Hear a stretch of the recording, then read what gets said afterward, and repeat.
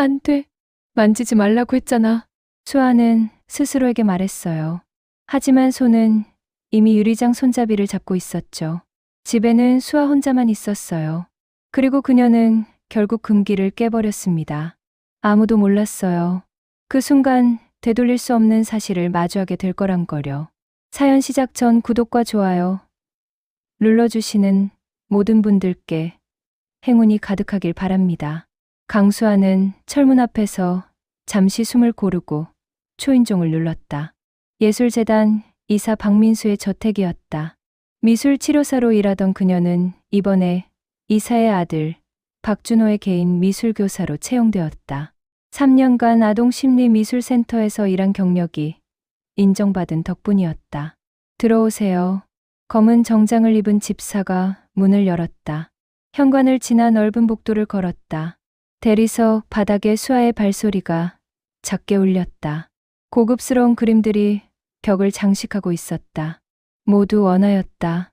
수아는 예술재단 이사의 집답다고 생각하며 고개를 끄덕였다.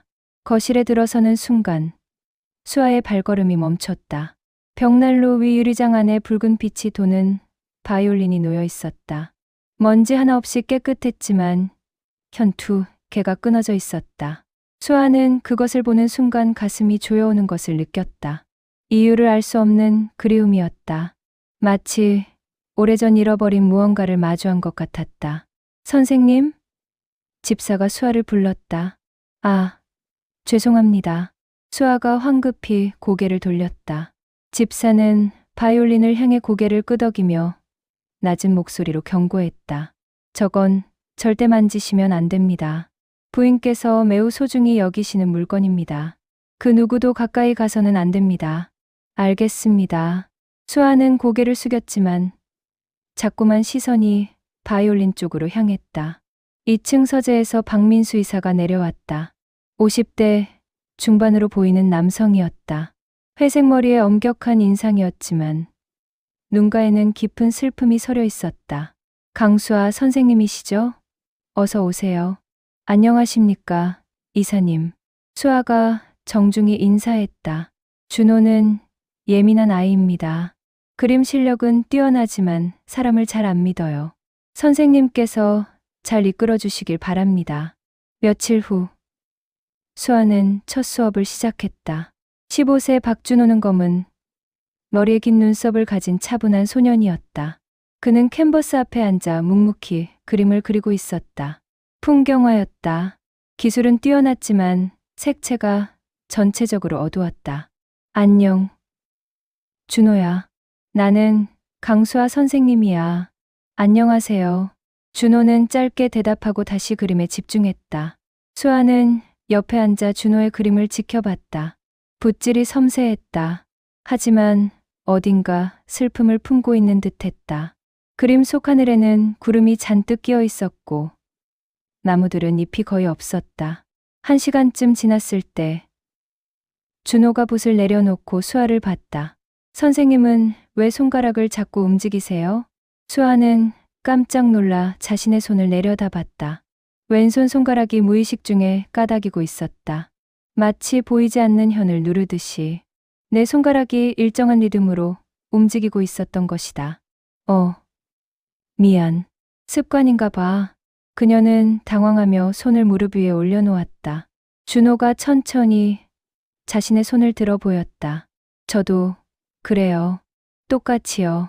두 사람의 시선이 마주쳤다. 그 순간 수아는 묘한 연결감을 느꼈다. 처음 만난 소년인데 왠지 낯설지 않았다. 수업이 거듭될수록 수아와 준호 사이에는 묘한 친밀감이 형성되었다. 처음엔 말수가 적던 준호가 점차 마음을 열기 시작했다. 그림을 그리면서 자연스럽게 대화가 오갔고 둘은 놀라운 공통점들을 발견했다. 선생님, 이 보라색 어때요? 준호가 팔레트의 물감을 가리켰다. 완벽해. 나도 보라색을 제일 좋아해. 수아가 미소 지었다. 저도요. 다른 색들은 너무 강하거나 약한데 보라색은 딱 중간 같아요. 또 다른 날 준호의 어머니 한지영이 간식을 가져왔다. 쌀국수였다. 준호가 인상을 찌푸렸다. 엄마, 고수 빼달라고 했잖아요. 미안. 깜빡했네. 지영이 고수를 골라내기 시작했다. 저도 고수 못 먹어요. 수아가 웃으며 말했다. 향이 너무 강해서요. 준호가 놀란 표정으로 수아를 봤다. 선생님도요? 응. 어릴 때부터 그랬어. 지영은 두 사람을 번갈아 보며 미묘한 표정을 지었다. 뭔가 생각에 잠기는 듯했다. 가장 이상한 건 꿈이었다. 어느 날 수업 중 준호가 창밖을 보다가 조용히 말했다. 선생님, 저 자주 악몽을 꿔요. 무슨 꿈인데? 불 속에서 누군가 저를 부르는 꿈이에요.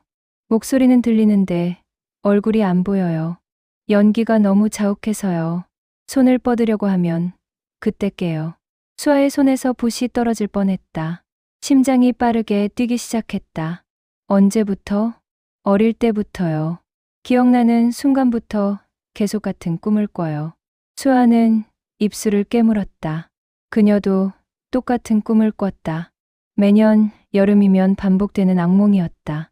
불길, 연기, 누군가의 목소리. 하지만 이제껏 아무에게도 말한 적이 없었다. 나도. 수아가 떨리는 목소리로 말했다. 나도 같은 꿈을 꿔. 준호의 눈이 커졌다. 정말요? 응. 불 속에서 누군가 날 부르는 꿈. 손을 뻗으려고 하면 깨. 두 사람은 한참을 말없이 서로를 바라봤다. 며칠 후 한지영이 수아를 따로 불렀다. 그녀는 2층 작은 응접실로 수아를 안내했다. 우아하지만 어딘가 슬픔이 깃든 여인이었다. 눈가에 깊은 그늘이 드리워져 있었다. 차 한잔 하시겠어요? 지영이 홍차를 따르며 물었다. 감사합니다, 부인. 지영은 잠시 망설이다가 조심스럽게 물었다. 선생님, 혹시 가족은 어떻게 되세요? 외할머니 손에서 자랐어요. 할머니가 저를 키워주셨죠. 부모님은요? 수아는 찻잔을 내려놓았다. 7살 때 화재로 부모님을 잃었다고 들었습니다. 그전 기억은 전혀 없어요. 트라우마 때문에 기억 상실이 왔다고 하더라고요. 지영의 얼굴이 순식간에 창백해졌다. 손에 들고 있던 찻잔이 덜컥 소리를 내며 받침에 부딪혔다. 언제였나요? 지영의 목소리가 떨렸다. 2007년 6월 23일이라고 할머니께서 그러셨어요. 제가 병원 앞에서 발견된 날이래요. 지영의 눈에서 눈물이 주르륵 흘러내렸다. 그녀는 급히 손으로 입을 막았다. 부인, 괜찮으세요? 수아가 놀라서 일어섰다. 지영은 고개를 저으며 눈물을 닦았다. 미안해요. 괜찮아요. 그냥 먼지가 들어갔나 봐요. 하지만 수아는 알았다. 그게 단순한 눈물이 아니라는 것을. 지영의 표정에는 충격과 희망과 두려움이 뒤섞여 있었다. 그날 밤, 지영은 남편에게 모든 것을 말했다. 2007년 6월 23일. 그날은 그들의 딸 박수진이 화재 사고로 실종된 날이었다. 수아는 어느 날 오후 혼자 저택에 남게 되었다.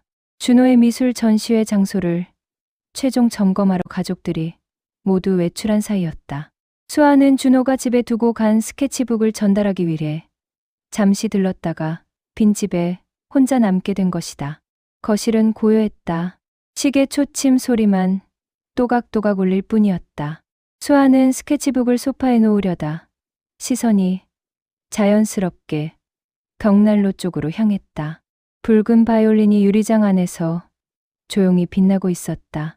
발걸음이 저절로 그쪽으로 향했다. 가까이 다가갈수록 가슴이 두둥거렸다. 설명할 수 없는 끌림이었다. 마치 그 바이올린이 자신을 부르는 것만 같았다. 안 돼. 만지지 말라고 했잖아. 수아는 스스로에게 말했다. 하지만 손은 이미 유리장 손잡이에 닿아 있었다. 천천히 문을 열었다. 삐걱. 작은 소리가 고요한 거실에 울렸다. 수아는 떨리는 손으로 바이올린을 꺼냈다. 생각보다 가벼웠다. 목 부분의 나무 결이 아름다웠다. 끊어진 현두, 개가 허공에 늘어져 있었다. 수아는 바이올린을 품에 안았다. 그 순간 눈물이 쏟아지기 시작했다. 왜 울고 있는 거지? 자신도 이해할 수 없었다. 그저 악기를 안고 있을 뿐인데 가슴 속 깊은 곳에서 무언가가 터져 나오는 것 같았다. 그리움이었다. 상실감이었다. 아니, 그보다 더 깊고 본능적인 감정이었다. 왼손이 저절로 움직였다. 손가락이 지판 위에서 위치를 찾아갔다. 배운 적 없는데도 손가락은 정확히 어디를 눌러야 하는지 알고 있었다. 오른손은 활을 잡는 신용을 했다. 이 느낌, 나는 이걸 알아. 바로 그때였다. 현관문이 열리는 소리가 들렸다. USB가 책상 위에 있을 거예요. 제가 가져올게요. 준호의 목소리였다. 수아는 깜짝 놀라 바이올린을 내려놓으려 했지만 이미 준호가 거실로 들어서고 있었다. 그는 수아가 바이올린을 품에 안고 눈물을 흘리는 모습을 목격했다. 선생님, 준호의 목소리가 떨렸다. 미안해. 나도 모르겠어. 그냥 수아가 황급히 눈물을 닦았다. 너무 그리웠어. 이유는 모르겠지만 이걸 보는 순간부터 계속 그리웠어. 준호는 한참을 수아를 바라보다가 천천히 책상 서랍으로 걸어갔다. 그 안에서 낡고 바랜 사진 한 장을 꺼냈다. 사진을 들고 수아에게 다가왔다. 이거 보세요. 사진 속에는 7살쯤 된 여자아이가 바이올린을 안고 환하게 웃고 있었다. 붉은 바이올린이었다. 그 옆에는 같은 나이로 보이는 남자아이가 서 있었다. 둘 다 생일 모자를 쓰고 있었다. 제 누나예요. 준호의 목소리가 갈라졌다. 박수진. 18년 전에 잃어버렸어요. 수아의 손이 떨렸다. 사진을 받아들었다. 여자아이의 얼굴을 자세히 들여다봤다. 18년 전 엄마 친구 집에서 우리 가족이 모임을 했어요. 그날 갑자기 화재가 났어요. 준호가 계속 말했다. 저랑 부모님은 빠져나왔는데 누나만 못 찾았어요. 시신도 발견되지 않았어요. 언제였는데? 수아가 떨리는 목소리로 물었다. 2007년 6월 23일이요. 수아는 그 자리에 주저앉았다. 사진 속 여자아이의 얼굴이 낯설지 않았다. 거울 속에 어린 자신을 보는 것 같았다. 손에 든 붉은 바이올린도 사진 속 그것과 똑같았다. 이게, 수아가 사진을 꽉 쥐었다. 이게 나일 수도 있다는 거야? 준호는 대답하지 않았다. 하지만 그의 눈빛이 모든 것을 말해주고 있었다. 그날 저녁, 박민수와 한지영은 서재에서 마주 앉았다. 준호가 전해준 이야기를 듣고 난 후였다. 두 사람 모두 말이 없었다. 오랜 침묵 끝에 민수가 먼저 입을 열었다. DNA 검사를 해야겠소. 그의 목소리는 낮았지만 단호했다. 하지만 여보, 지영이 떨리는 목소리로 말했다. 만약 아니라면 우리가 또 상처받으면 어떡해요? 그래도 알아야 해요. 확실하게. 민수가 아내의 손을 잡았다. 18년 동안 우리가 얼마나 기다렸소? 이번이 마지막 기회일지도 몰라요. 지영은 눈물을 흘리며 고개를 끄덕였다. 며칠 후, 민수는 조심스럽게 수아가 사용한 찻잔을 비닐봉지에 담았다. 그리고 자신과 아내의 샘플도 함께 준비했다. 병원 방문은 극비리에 이루어졌다. 아무도 모르게. 결과는 일주일 후에 나옵니다. 담당 의사가 말했다. 빠르게 해주실 수 있나요? 민수가 간절히 부탁했다. 최대한 서두르겠습니다. 그 일주일은 가족 모두에게 가장 긴 시간이었다. 민수는 회사에서도 집중하지 못했다. 서류를 보다가도 멍하니 창밖을 바라봤다. 지영은 매일 저녁 수진의 방에 들어가 오래된 물건들을 만지작거렸다. 준호는 수아를 볼 때마다 뭔가 말하려다가 참았다. 수아는 이상한 분위기를 느꼈다. 가족들이 자신을 대하는 태도가 묘하게 조심스러워졌다. 특히 지영은 수아를 볼 때마다 눈시울을 붉혔다. 부인, 혹시 제가 잘못한 게 있나요? 수아가 어느 날 물었다. 아니에요. 절대 아니에요. 지영이 급히 손사래를 쳤다. 선생님은 아무 잘못 없어요. 드디어 일주일이 지났다. 아침 일찍 등기 후 편물이 도착했다. 병원 로고가 찍힌 큰 봉투였다. 민수의 손이 심하게 떨렸다. 지영과 준호도 거실에 모였다. 여보. 지영이 남편의 팔을 붙잡았다. 민수는 천천히 봉투를 뜯었다. 서류를 꺼냈다. 여러 숫자와 용어들이 빽빽히 적혀 있었다. 눈으로 빠르게 내용을 훑어내려갔다. 그리고 마지막 줄에서 멈췄다. 목의 일치 확률 99.97%, 북의 일치 확률 99.96%, 종합 판정 결과 친자 관계 성립 99.97. 민수가 떨리는 목소리로 읽었다. 일치. 지영이 무릎을 꿇었다. 바닥에 주저앉아 흐느끼기 시작했다. 18년을 기다린 기적이었다. 엄마. 준호가 어머니를 부축했다. 그의 눈에서도 눈물이 흘렀다. 누나가, 정말 누나가 돌아온 거예요? 민수는 서류를 가슴에 안았다. 눈을 감았다. 수없이 기도했던 순간이었다. 딸이 어딘가에서 살아있기를, 언젠가 다시 만날 수 있기를, 수아 선생님을, 아니, 수진이를 불러야겠소. 민수가 눈물을 닦으며 말했다. 1시간 후, 수아가 저택에 도착했다. 급한 일이 있다는 연락을 받고 온 것이었다. 거실에는 가족 셋이 모두 앉아 있었다. 분위기가 심상치 않았다. 앉으세요. 선생님. 민수가 말했다. 수아는 천천히 소파에 앉았다. 가슴이 두근거렸다. 무슨 일이 일어날 것 같은 예감이 들었다. 민수는 서류를 수아에게 건넸다. 강수아 씨. 그의 목소리가 떨렸다. 아니, 박수진. 네? 수아가 서류를 받아들었다. 당신은 우리 딸입니다. 18년 전 화재로 실종된. 수아의 손에서 서류가 떨어질 뻔했다. 눈으로 내용을 읽었지만 글자들이 제대로 들어오지 않았다. 99.97% 친자 관계 박수진. 지영이 수아에게 가가와 무릎을 꿇었다. 수아의 손을 꼭 잡았다. 수진아. 지영이 목이 메어 말을 잇지 못했다. 엄마야. 미안해. 정말 미안해.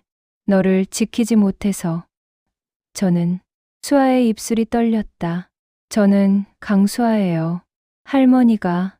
내 진짜 이름은 박수진이야. 민수가 말했다. 내 생일은 6월 23일이 아니라 12월 5일이야. 6월 23일은 화재가 난 날이었어. 수아의 눈에서 눈물이 흘러내렸다. 진실을 알게 된 후 며칠간 수아는, 아니 수진은 혼란스러웠다. 18년간 자신이 알던 모든 것이 흔들렸다. 하지만 동시에 마음 한구석이 채워지는 느낌이었다. 평생 느꼈던 공허함이 조금씩 메워지고 있었다. 가장 먼저 해야 할 일은 할머니를 만나는 것이었다. 수진은 박민수 부부와 함께 할머니가 사시는 작은 집을 찾아갔다. 할머니. 수진이 문을 열고 들어서며 불렀다. 아이고, 우리 수아. 그런데 오늘은 왜 이렇게 많이 왔니? 할머니가 놀라며 손님들을 맞이했다. 거실에 모두 앉았다. 수진은 할머니 옆에 바짝 붙어 앉아 손을 꼭 잡았다. 할머니의 손은 주름지고 거칠었지만 따뜻했다. 할머니, 말씀드릴 게 있어요. 수진이 떨리는 목소리로 말했다. 민수가 깊이 고개를 숙였다. 제 이름은 강민수입니다. 수아. 아니, 수진이의 친아버지입니다. 할머니의 눈이 커졌다. 뭐라고요? DNA 검사를 했습니다. 확실합니다. 민수가 서류를 보여주었다. 할머니는 한참을 서류를 들여다보다가 천천히 수진을 돌아봤다. 그래서 넌 이제 어쩌려고? 할머니도 함께 가요. 수진이 할머니의 손을 더욱 꽉 잡았다. 할머니는 제 가족이에요. 저를 18년 동안 키워주셨잖아요. 지영이 앞으로 나섰다. 어머님. 그녀가 할머니를 그렇게 불렀다.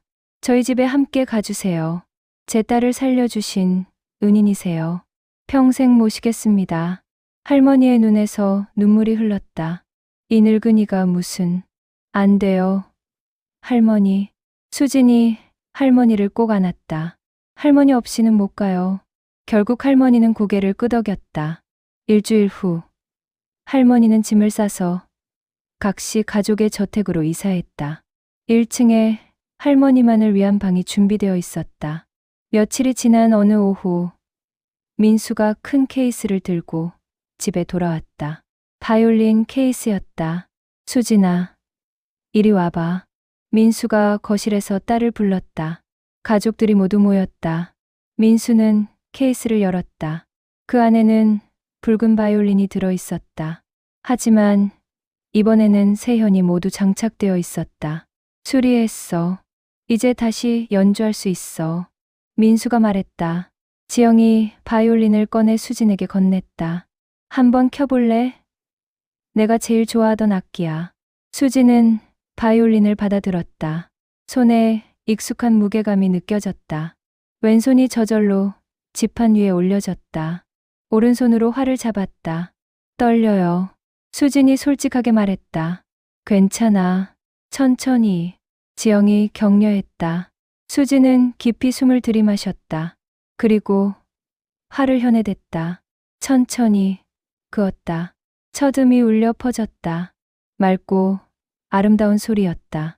처음엔 불안정했지만 손가락이 점점 기억을 되찾아갔다. 간단한 멜로디가 흘러나왔다. 어린 시절 배웠던 곡이었다. 몸이 기억하고 있었다. 준호가 눈을 감고 음악을 들었다. 누나, 그가 조용히 불렀다. 수진이 연주를 멈추고 동생을 봤다. 응. 누나 왔어. 가족들이 모두 마주보고 미소 지었다. 18년 만에 들리는 진심 어린 웃음이었다. 지영이 딸의 어깨에 손을 올렸다. 계속 쳐줘. 엄마가 듣고 싶어.